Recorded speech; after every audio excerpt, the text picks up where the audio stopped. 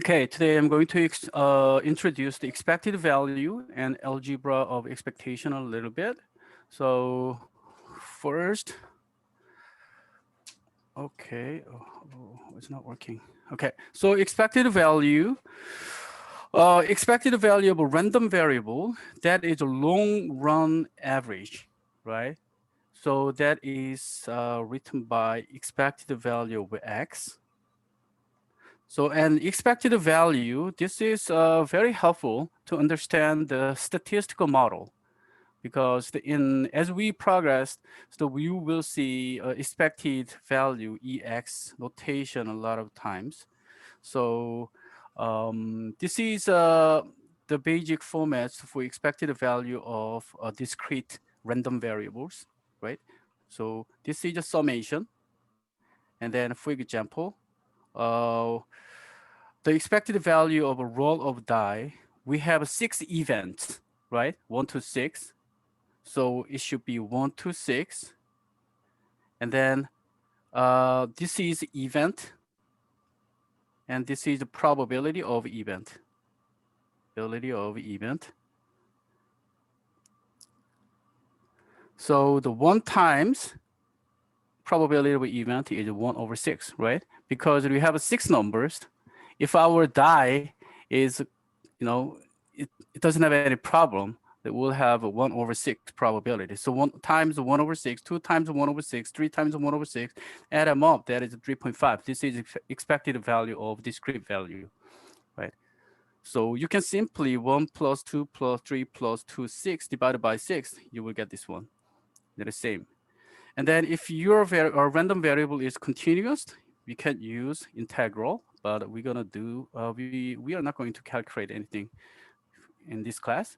So, and then this is variance. So variance can be expressed by expected value as well. So if you look at this part, this is data, observed value minus mean. So actually this is deviation, right?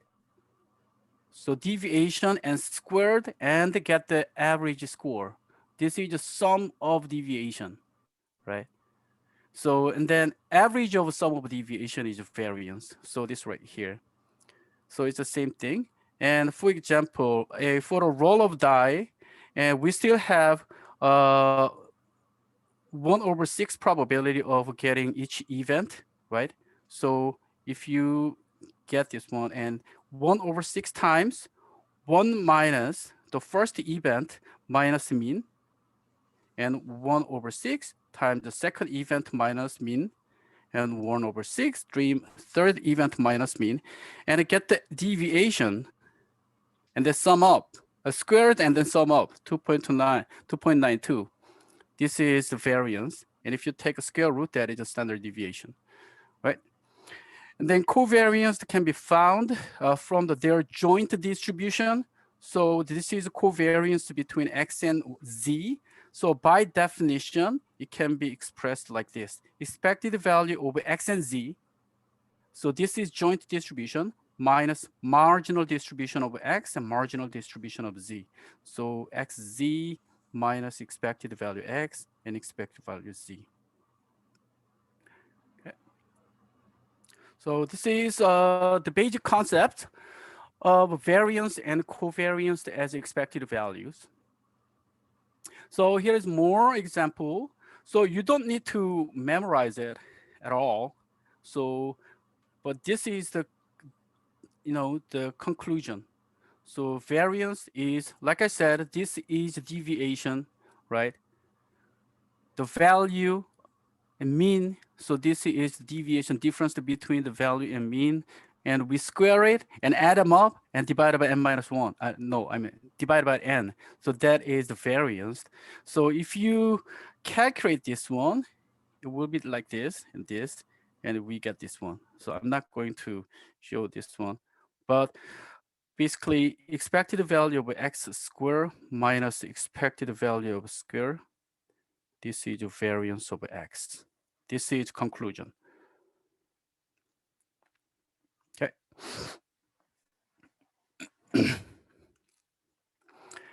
And next, so here's a question. If C is constant value, okay, if C is constant, what is the expected value of C?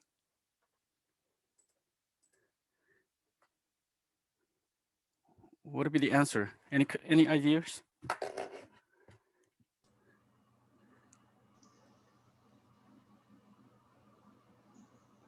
It should be C. I think all Yeah. clients should have multiple clients. Yeah. So C is a constant, right? And 3, if for example, if 3 is a constant, expected value of 3 is 3. 3 plus 3 plus 3 plus 3 divided by this one, and it will get 3. So 4 times 3 and 4, you will get 3. So what about this case? If C is a constant value, so expected value of Cx, this is C times Ex. Okay, so the constant will go out. Okay, and then what about this case?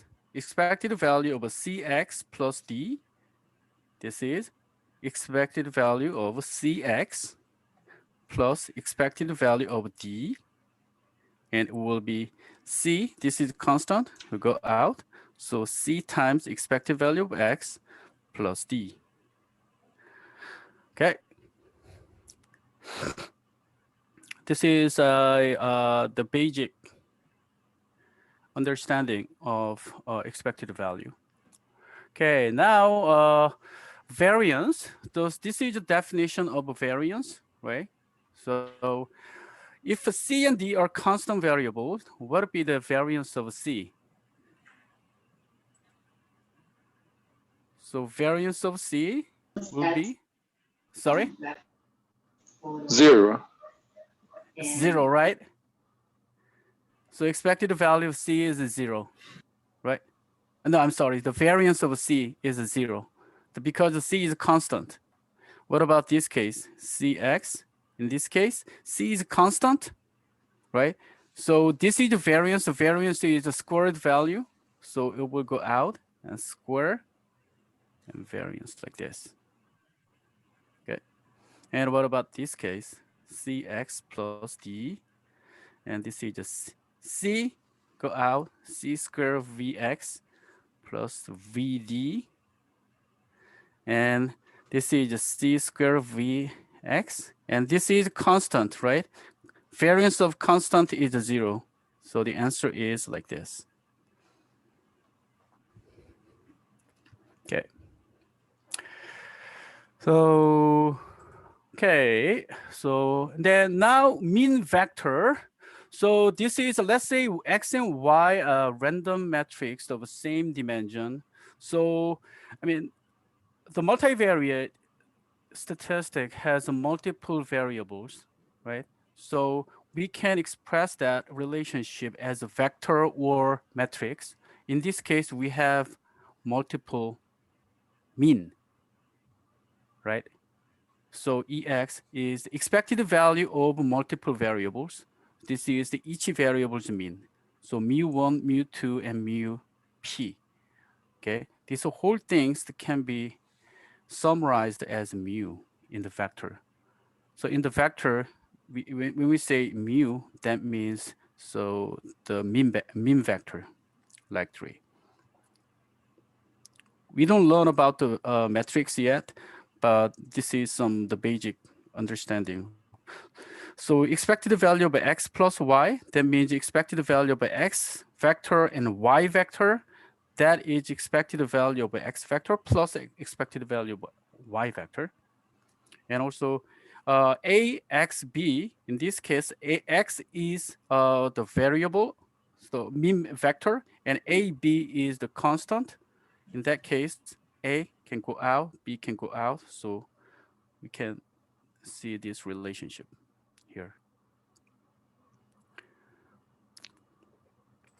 And then more important thing is covariance matrix.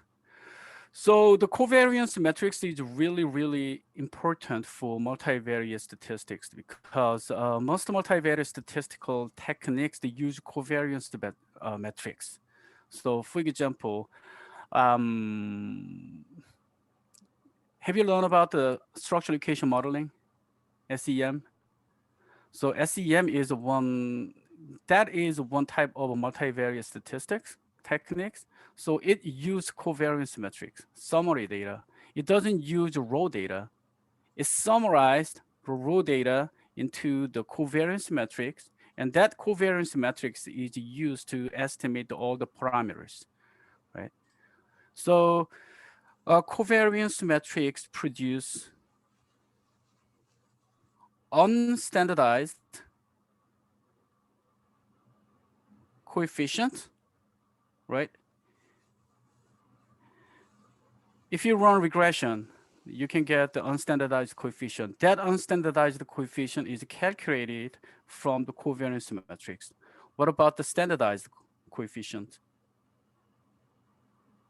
Coefficient? This is correlation Correlation. matrix. Yes, correlation matrix. Okay, so this is covariance matrix. Okay, from now on, when I say sigma, okay, so it means covariance matrix. Okay, so covariance matrix is the relationship between the two variables or three variables in the row scale. That's important. And row scale. Okay, so we cannot evaluate the magnitude based on the single number of covariance. For example, the covariance, if I have covariance between X and Y, okay, the covariance is 1000. Is it big or small? We don't know, right? Because this is not, it's the standardized. So this value can be large or small depending on the scale. If this value is mile, the scale is mile, it's really big. But if the scale is what? I don't know, maybe dollars. It's pretty big, but it's not that big, right? So anyway, so this is we already talked about this one. This is the variance, right? Variance can be defined as the expected value of deviation square, right? This is the variance, variance, and variance. Diagonal is all the variance, and then off diagonal, that is covariance, right? So covariance, look at this. So deviance between a deviance of x1 times deviance of p, because in this case we have a p variable. So we multiply this deviance and then sum up and then get the mean. That is the the deviance. So this is correlation. So this is basically all these are the covariance metrics. This is covariance metrics. And this is covariance divided by, we scaled it. We scaled the standard deviation. So by scaling standard deviation, we can put them on the standardized scale. Okay, we divided by this is the standard deviation of first, standard deviation of the first. So we divided by the square root of standard deviation, right? So this is the correlation, and this is correlation, the one. And here is a question. Find the correlation. This is covariance matrix. Let's find the correlation, right? So for example, correlation is should be diagonal should be 1, 1, 1, and then 1, 2, 1, 3, and 2, 1, and 3, 1, 3, 2, and this is a 2, 3, right? So these are should be same, right? And then let's say we want to compute the first correlation between 1 and 2. So how can we get that? So first, we should find the covariance, right? Covariance, and then divided by, and then we need to scale it, right? The standard deviation of a first variable, standard deviation of a second variable. So in this case, so this, covariance between 1 and 2 is what? This one, 1 and 2. So 1 over, this is first variance, right? So times, so I would say that this is the variance actually.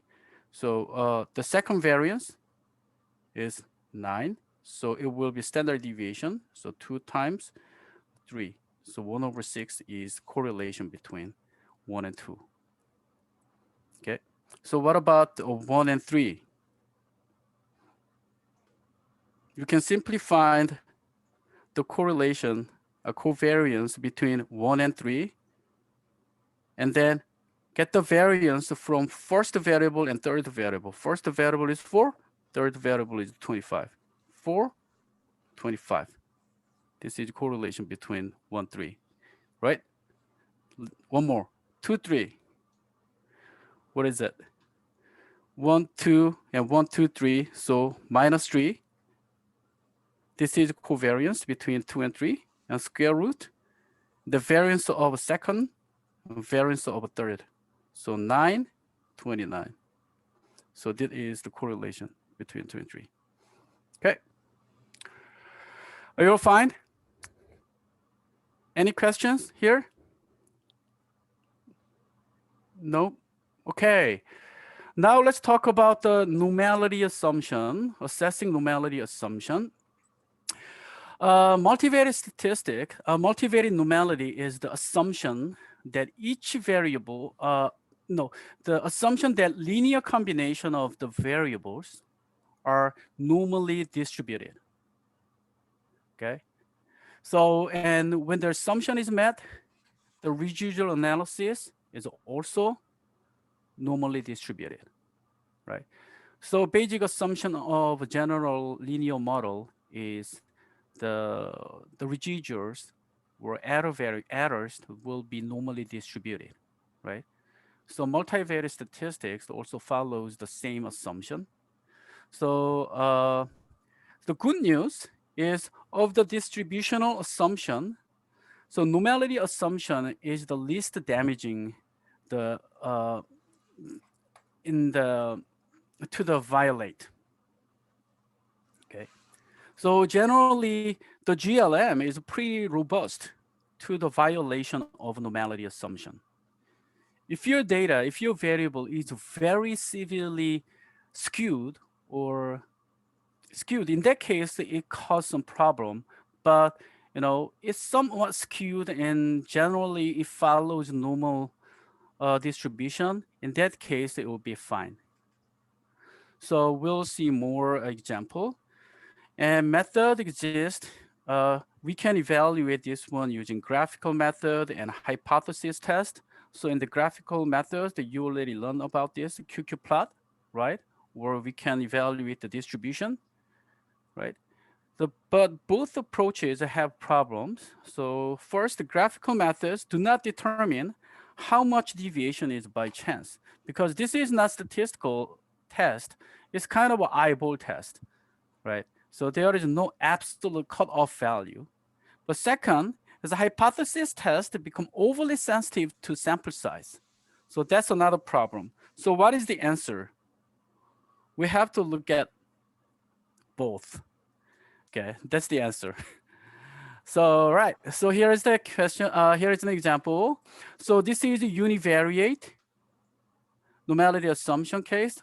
We can evaluate the histogram of errors, or you can add some kernel density plot or a QQ plot. So these are graphical examination, and these are statistical examination. Shapiro-Wilks normality test and Anderson-Darling test. These are the hypothesis test, and these are graphical investigation.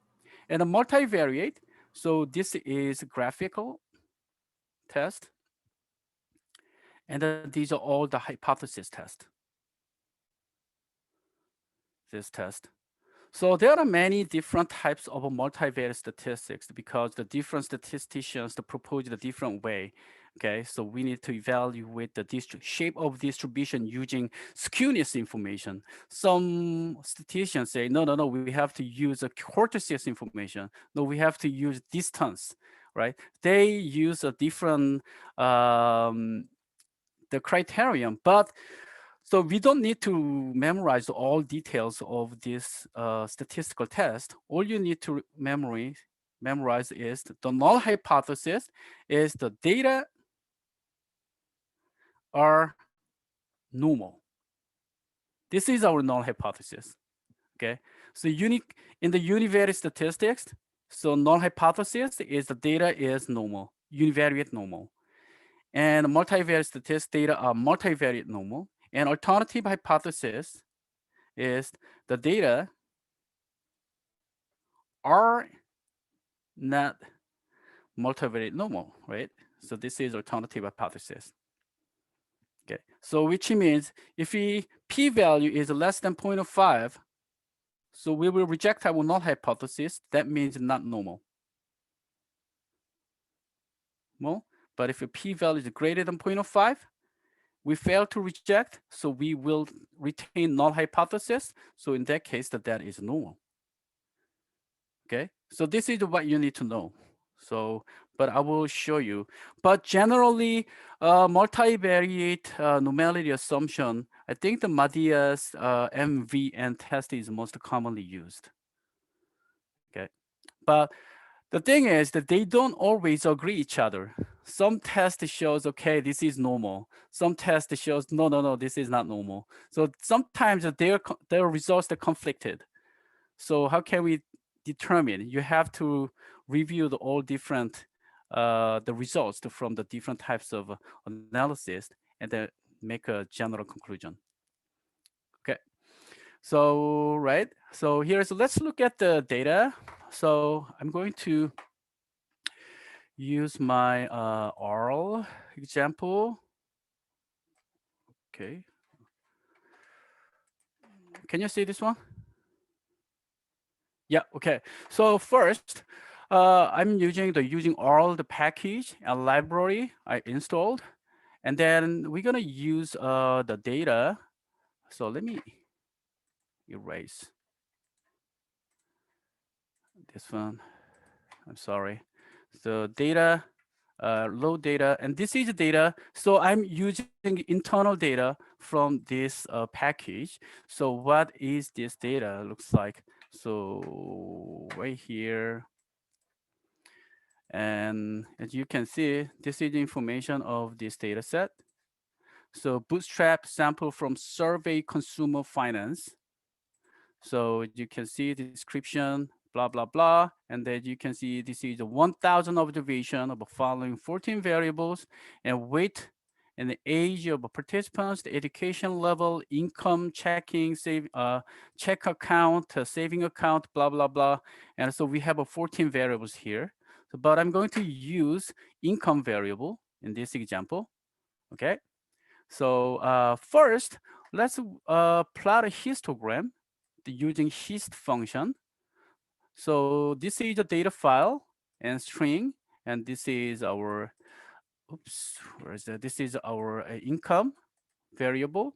And then I'm going to histogram, I put some options. I will I will have a 500 bin, okay? And the frequency is true. And then if I run it, so now we can see here. So what do you think? How do you how do you interpret this distribution? Is it normal? Is it heavily Yeah. skewed, right? Is it really skewed data? So right. So let's check the QQ plot in this case. So QQ norm is for the QQ plot function, and then I put the main, the text, so and I run it. So this is the QQ plot, right? So and then I'm going to add the QQ line here. So this is QQ line.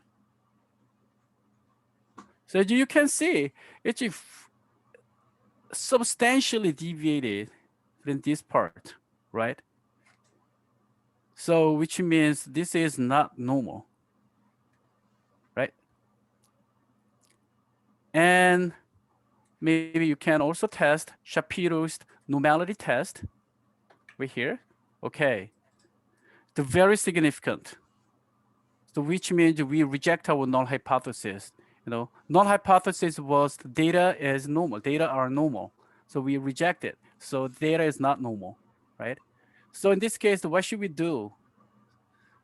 Probably you can do the transformation. Okay.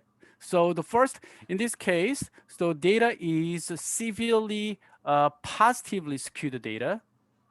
So you can use log transformation or square root transformation in this case. Okay. So first, I'm going to try log transformation here. So this is how you can transform this transform function data, and this is I created a new variable and a log transformation for this variable. Okay. So and then I will run it. So if I and then I save that into this data set, and then I will get the histogram. Now we can see. So how does it look? It's much normal, right? So this was a previous graph. And after log transformation, it shows some normal distribution, right? And then now let's try a square root transformation. So CFB, this is our data. And then I created a new variable after square root of this variable. Okay. And then run it again. And then this is a square root. So this, there's somewhat the outliers here, but anyway, it's much normal compared to this graph, right? So and then now we can compare these three things. So which one should we use, right? So I will create the three different QQ plot in a one page. So first and second and third, okay? So this is first, this is the original QQ plot of income. As you can see, it's really, really skewed. And then this is a log transformation. We found some abnormal, the values here, but this is much normal than this one, original data, right? And then this is just square root, but we can still find some, deviation here. So maybe we can use log transformation in this case. Okay.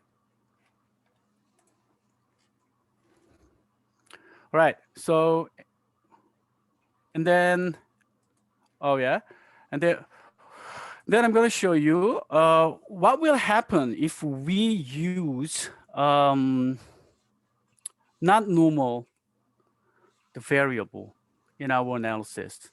Okay, so I'm going to run a simple linear regression in this case. So income is our dependent variable and age our independent variable.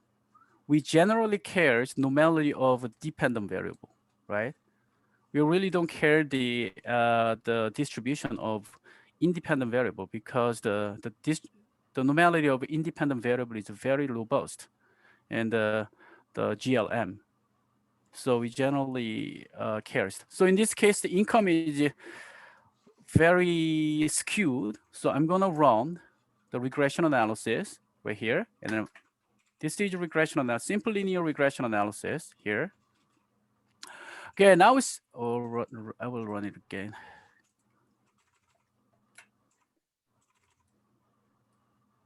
Okay, this is the linear regression analysis, and this is the coefficient, right? And then this is the p-value. So intercept is significant and slope is significant. Yay, we found the significant results. But is it a, what do you think about this result? Can we have a champagne for this result?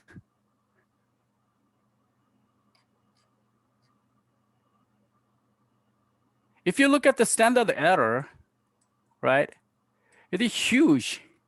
It's really big. So age, the coefficient is the 430, but standard error is almost 200. It's a really, really big number. What is the standard error? Standard error is deviation, standard deviation of a sampling distribution, right? So which means that this estimate, this coefficient estimate, estimated very unstable. There are a lot of fluctuations, right? So the non-normal violation of normality assumption affects the result in the biased estimation. So if the standard error is biased, definitely it will affect our power, p-value, because t, this is a wall test, t is what? This one divided by this one is t, right? So t is estimate divided by standard error is t, and the t-test is evaluated based on the wall test. So the standard error is the bias in this case. Okay, what about this case?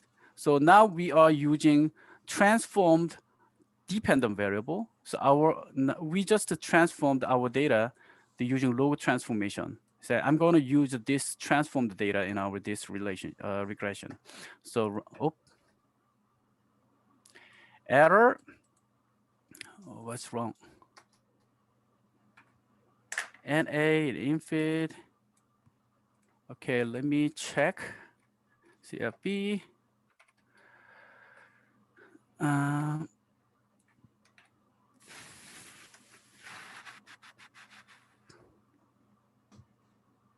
aha, we have some negative infinity numbers here.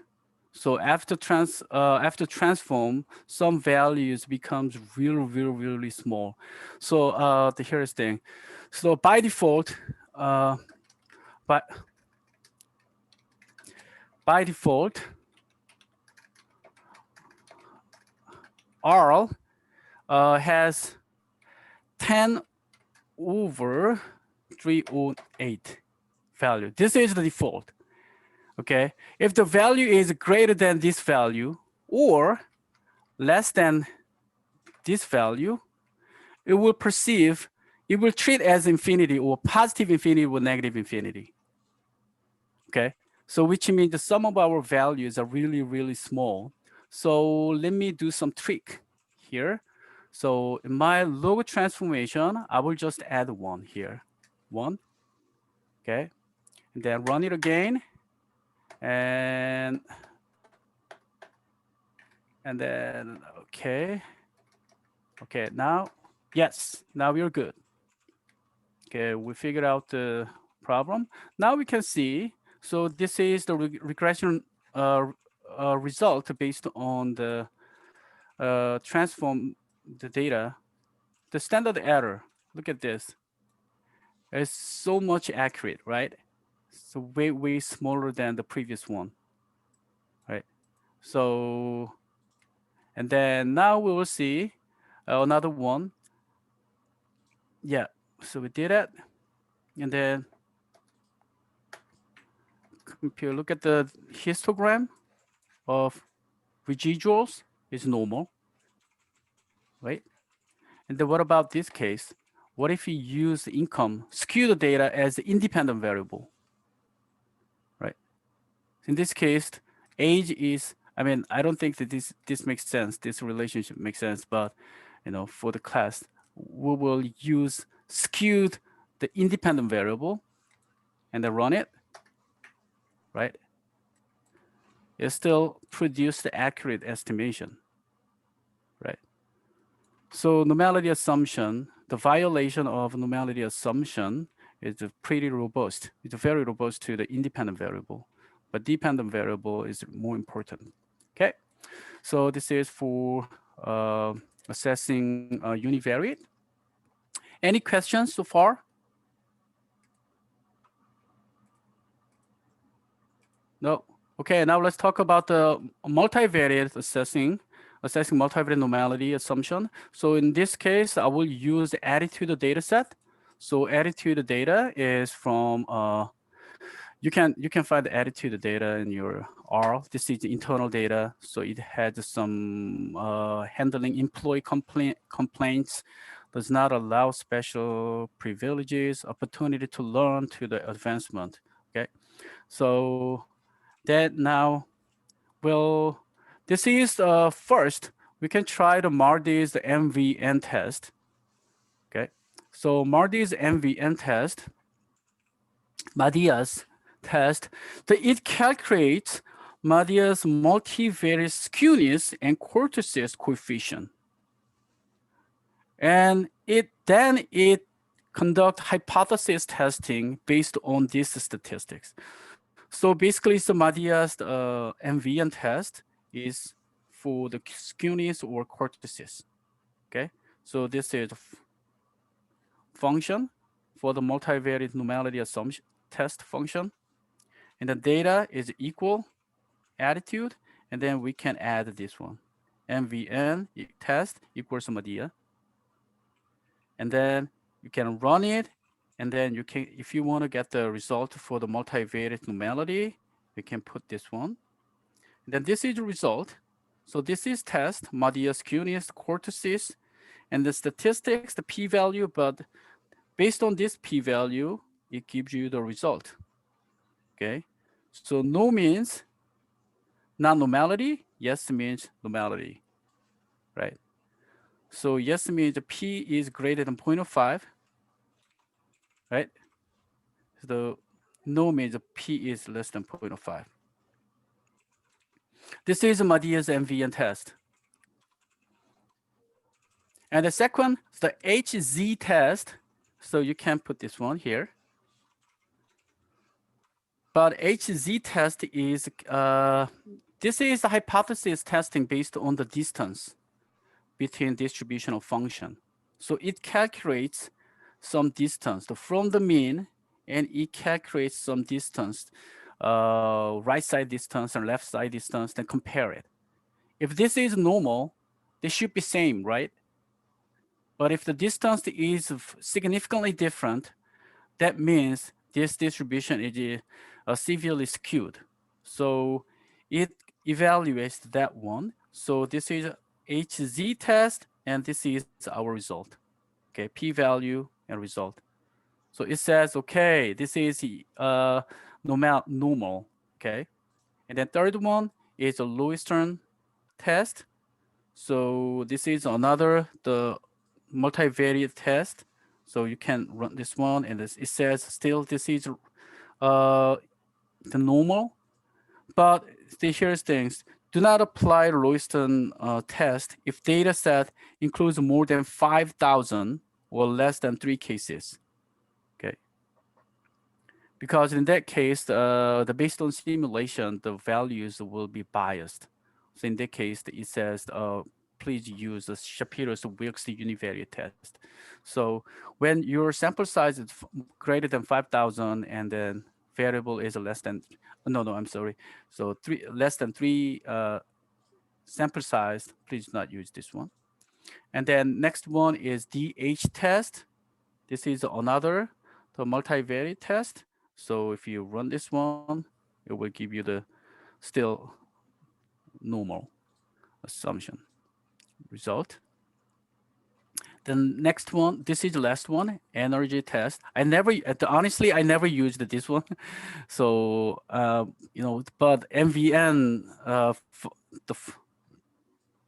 the function provides all these different analysis, but this provides no non-normality assumption result. Okay, so based on we just tested, we jump over here.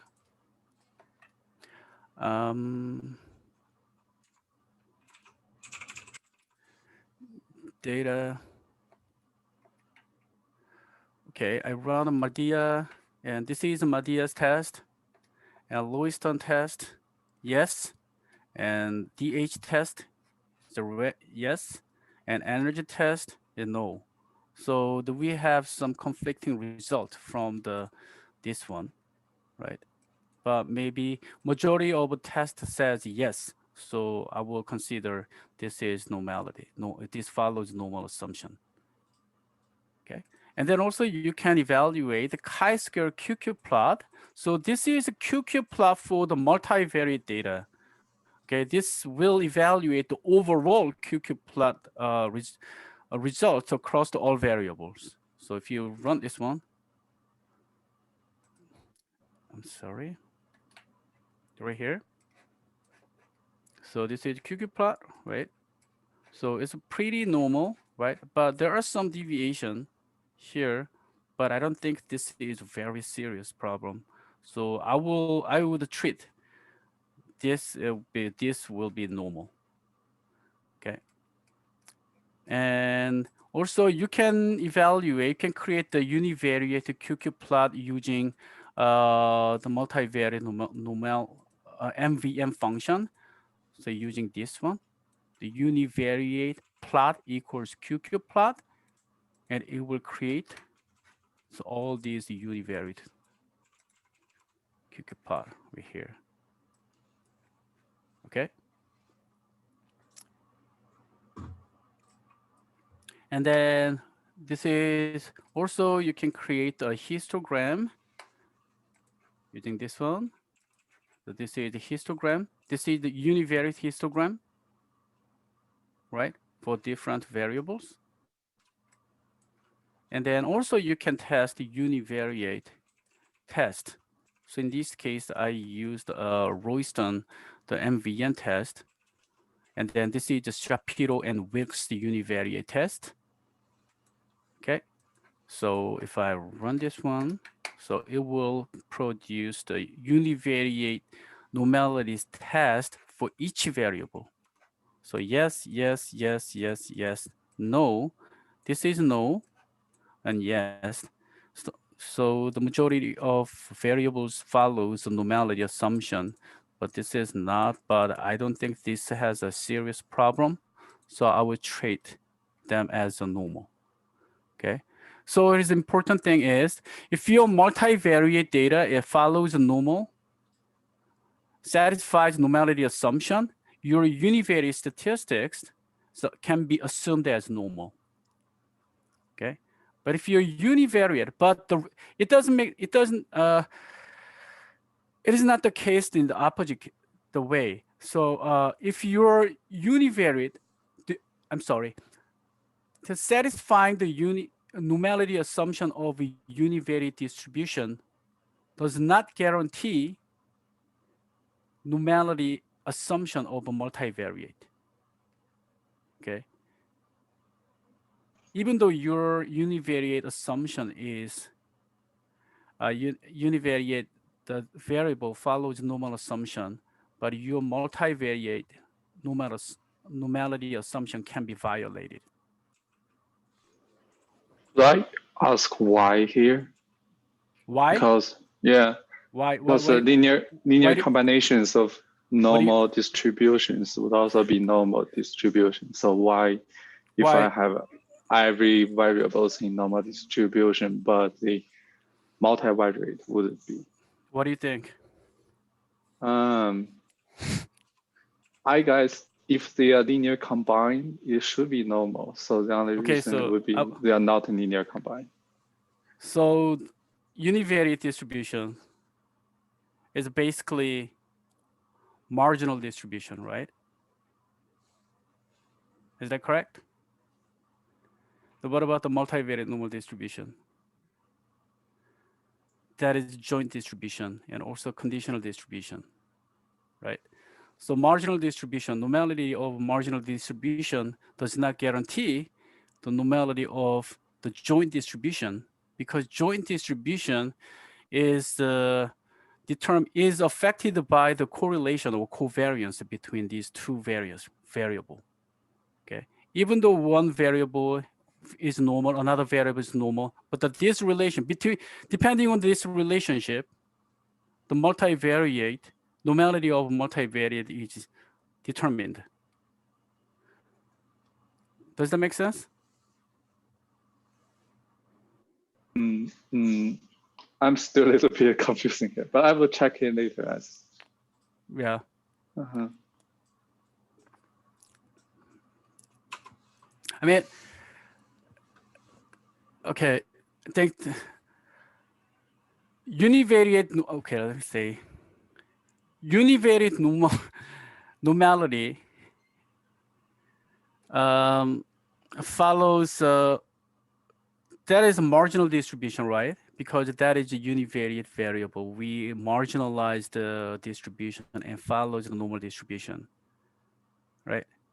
But another variable can be normal because that is a marginalized distribution, right? But when we combine these two distribution into the one multivariate dimension, right? So the multivariate normal distribution is affected by the covariance between these two, right? So the based on depending on the covariance, the relationship between these two variables, your normal distribution, multivariate normal distribution can follow normal, or it can be very peaky or very narrow, right? Or very pointy, Yeah, I right? got it. Yeah. You got it? Okay. Yeah, kind of. Oh, Okay, kind I of. was, Okay, let's talk later. yeah. I'm not sure if I'm correct here, but could I say that the linear combination of normal distributions would also be a normal distribution? Yeah, yeah, That's correct, right? right, Okay. right. Okay, then I got that. I mean, generally follows. I mean, generally, if your univariate distribution is normal, so generally your multivariate is normal, but not always. But what I'm saying, it doesn't guarantee. Okay, so this is transformation. Distribution. If your distribution is skewed to the left side or mild left, in that case, you can use this transformation function. But if your distribution is like this, positively skewed, in that case, usually we used this one in our example. But if your distribution really severely skewed, in that case, you can transform using inverse. This is inverse transformation. Okay, so it will give you the normal distribution. Okay, now I will briefly review the general linear model in this case. Okay, so because the these now, I mean, you already learned this one, but the basic fundamental understanding of a general linear model will be used for multivariate analysis. No, I'm sorry. Yeah, multi-level analysis. When we talk about the multi-level analysis, all these basic assumptions will be used. Okay, so general linear model is, I mean, you learned about the regression, analysis of variance, analysis of covariance, and also you learn about the interactions, right? They are all general linear model, right? So it says the typical assumption is error is normally distributed, the meaning that your dependent your data is conditionally normally distributed. To y, x1, x2, x3, right? Y will be normally conditionally normally distributed given x1, 2, 3, right? In this case, and the models for not normal outcomes, but we assume that this dependent variable will be normal. But if our dependent variable will not be normal, if that is not normal, for example, dichotomous, the categorical account data, in that case, we put here generalized linear model. Okay, it's a different. General linear model is different than generalized linear model. Okay, so actually this data doesn't follow the normal, so we transform these data as a normal, then do some analysis. So you guys learn about the logistic regression, right? Logistic regression is one example of a generalized linear model, right? So the logistic regression, the dependent variable of the logistic regression is a binary, 0 and 1, right? So basically, it's a bimodal distribution. It is not normal distribution. So to make a normal or to make a linear relationship, what we do, what do we do? What transformation we do? You learn that? With No? the log transformation. Yeah, logit. We do logit transformation, right? In the logistic regression. So we'll learn about that later. Okay. But this is a basic. Oop, okay. Right. So general linear models, the conditional normality. So each person's expected outcome is function of values of this one, and the we follows this relationship y is distributed based on the conditional relationship between x and z and interaction, right? So y is follows. I'm sorry. It's the y given x, z, and xz. This is like this. And the one important assumption is the residual will be normal, right? The residual variance will be normal, right? So that means this outcome variable follows normal, right? So one residual deviation, we have a one residual deviation. So the assumption residual follows normal actually means our outcome variable will be normal. Okay. And you guys already learned this one. And then building a linear models. In this the example, I'm gonna use some example for weight, height, and gender. Weight, height, and gender. Let's say we want to predict weight using people's height information and gender information. Weight is what? This is continuous variable. Height is continuous variable. Gender, what is that? This is categorical variable, right? This is binary categorical variable. Okay, so using these three variables, we will build multiple models, general linear models. Okay, first we can start from the empty model. Empty model has no predictor. Okay, that is empty model, and then conditional model has some predictors. Okay, when we say conditional model and an empty model, so these two models depending on the predictors, and then let's say we have a female is if the female variable is 1, that is a female, and 0 is a male, and the height, weight, and let's say we have a 10 male and 10 female, and these are mean standard deviation information, and then this is the variance, covariance matrix, let's say. This is covariance information, and this is variance information, okay? And then this is an empty model. If you look at this one, this is our DV, but there is no IV, right? There is no IV. So this is empty model. So, and then we assume that this error follows this normal. And then let's say we estimated this data and we get this result. Okay. So, and then this is our beta 0. So this is our grand mean, right? This is a mean, because we do not have any predictor here. So this is only intercept. Intercept is mean, okay? And then also this is residual variance. So this is the residual variance, and then this is the error. Error is your observed value minus predicted value. That is residual, right? And then this is the standard error of residual. And this is the empty model, right? Empty model does not have predictors. So this is the baseline model. So when we do likelihood ratio test later, this empty model will be used as the baseline model. So we will compare the developing model with this baseline model later.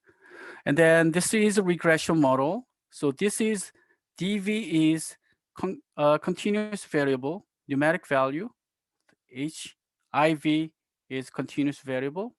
So this is regression, right? So if we estimate, let's say we estimate this data and we got this intercept. And our intercept is minus 227.292. So which means this is predicted value for a person with the height is equal to 0. Okay, so but there is no negative weight, right? So this is our intercept, but this is negative. So how can we deal with this problem to have more meaningful interpretation?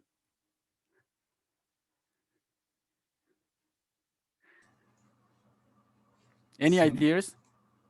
We can center it. Center. Yeah, centering, right? We can do centering, right? I will show you later. And then this is the B1, this is the slope, right? Change in predicted value of weight for every 1 unit increase in height goes up this much, right? And then this is the centering. We subtract the mean of this value, okay? And then estimate this result. And then now we got new intercept value, right? This is much more meaningful now. But our slope and the residual variance does not change. Still same, right? Even after centering, our slope and residual variance and R square doesn't change. Okay, it only changes the intercept. So originally our intercept was like this is our plotting model. So generally, for example, if our slope was like here, so we can move the y-axis to the right, right? So this is a new slope, a new intercept. This is old intercept. But slope doesn't change. We still have the same slope. And all the residual variance is the same. Only difference is the intercept. But in many cases, we don't really care about the intercept information,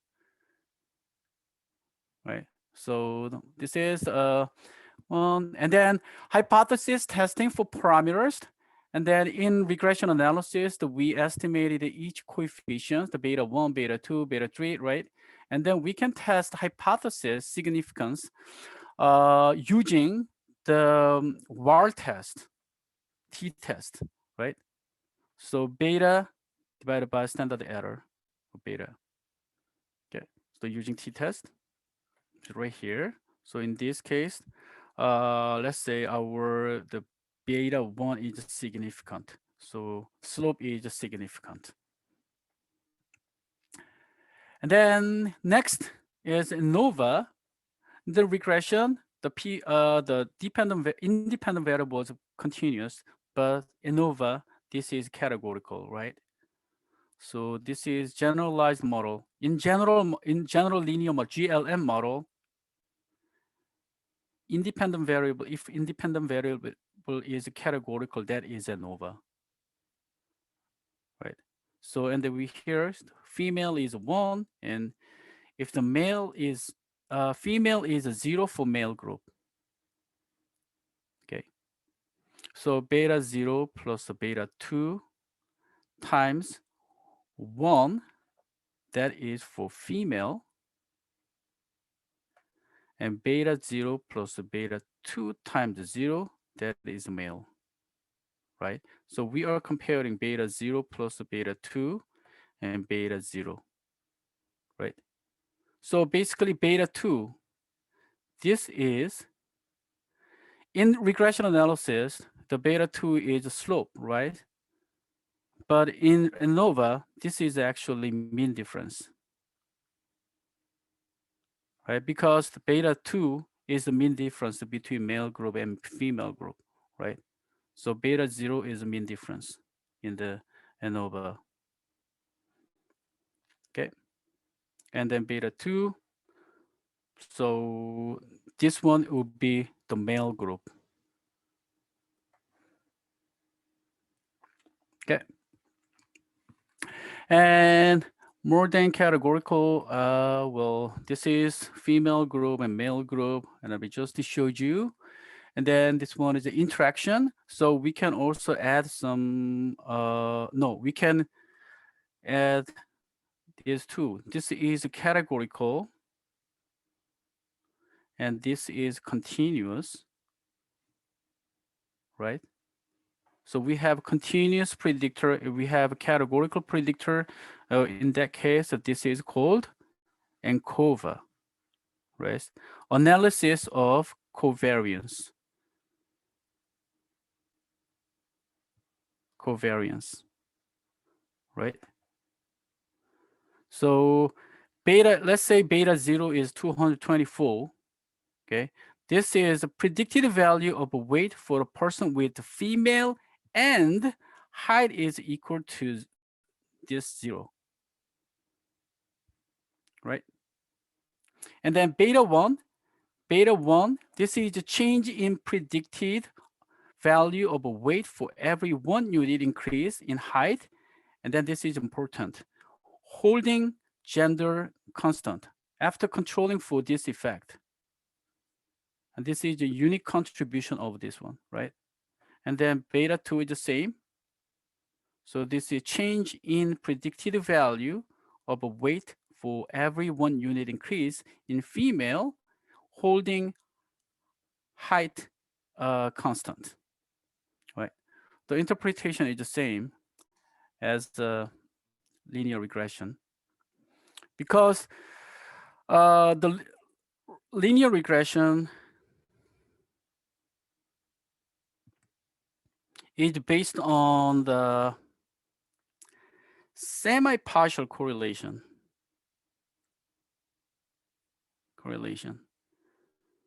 So do you remember the difference between the partial correlation and semi-partial correlation?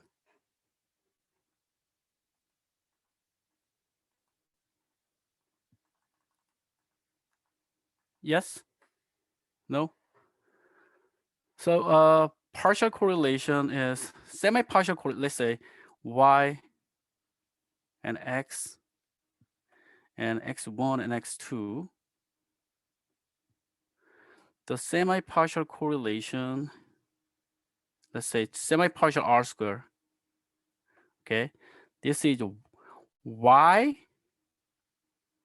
So from y, correlation between y and x1, and then after partialing out, and then partial out x2, okay? So y and x2, this is the common area, right?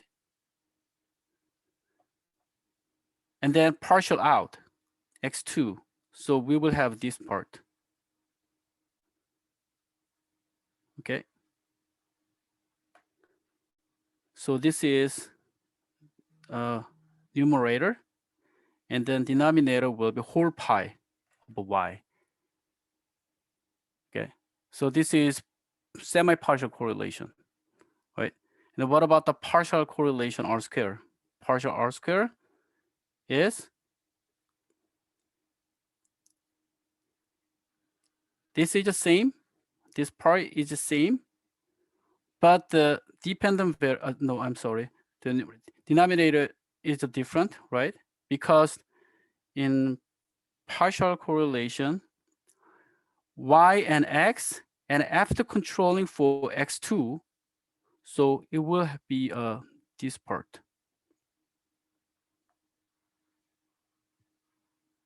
So blue, this blue part will be here. Okay. So this is a semi-partial correlation. This is a partial correlation. Generally, partial correlation is greater than semi-partial correlation. because semi-partial correlation take into account the whole pi. But here is the pi is smaller than this one. And then linear regression, the coefficient is based on the semi-partial R-scale relationship.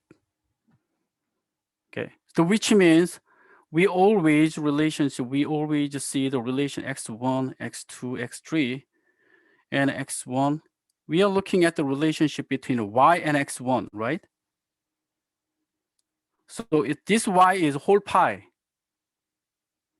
and x1 and x2, relationship between x2 and y, this y is whole pi, and x3 and whole pi over y. So this is semi-partial relationship. Okay, and now we can add some interaction. The last topic. This is continuous, categorical, and then this is interaction between continuous and categorical variable, called variable, right? So in this case, beta 1, this will be the simple main effect of a height, because this is height, this variable is height. So beta 1, this is a simple main effect for height. This is a simple main effect for gender, and this is significant effect, the interaction effect for these two variable. Okay. So again, gender main effect for gender by height interaction.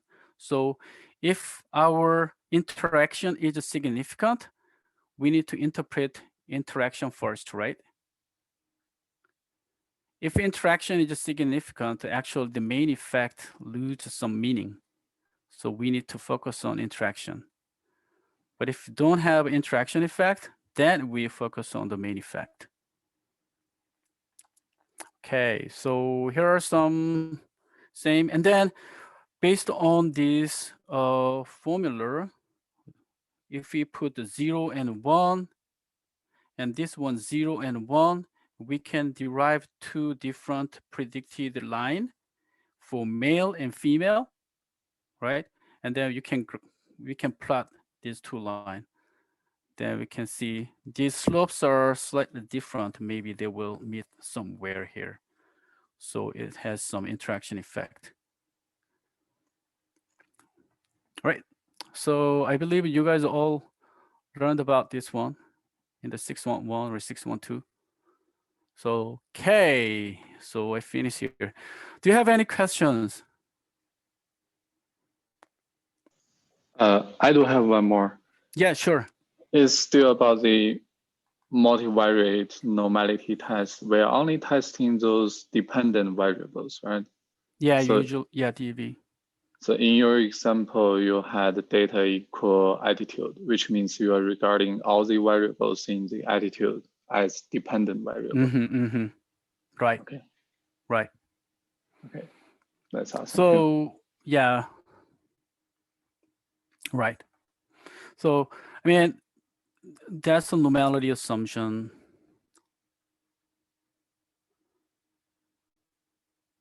So normality assumption is generally for the DV. Okay. What about the IV? What do we do for IV?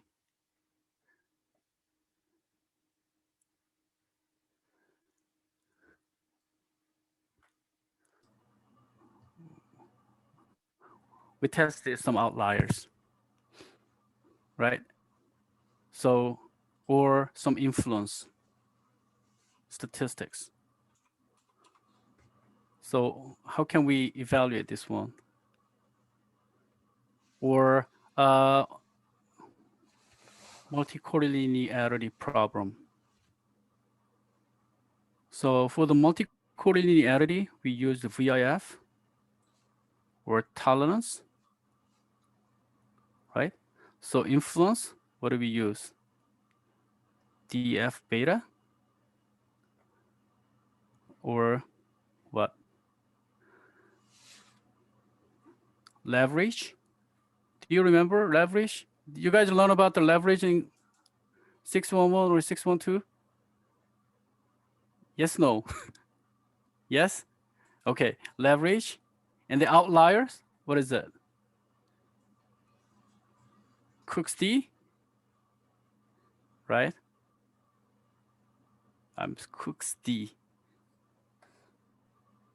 So we generally evaluate these relationships for IV, but for DV, we evaluate the normality assumption.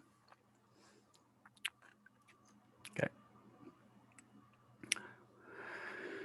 All right, so I think the time's up. So do you guys have any other questions? I have a quick question, Phil. Sure. For the Media's MVN test, the skewness results is no, but then the Curtis's results is yes. That kind of give you a conflicting thing. How do you interpret that in that case? So you should look at other information too. Okay. I mean, yeah, I mean, the different multivariate normality assumption test always have some confliction. So, okay, this is okay, yes, this is no. I mean, you always have to look at the graph again, get plotted and evaluate the graph and see other results. Okay, what is the general conclusion across of different tests? And then you make a decision. Okay. Thank you.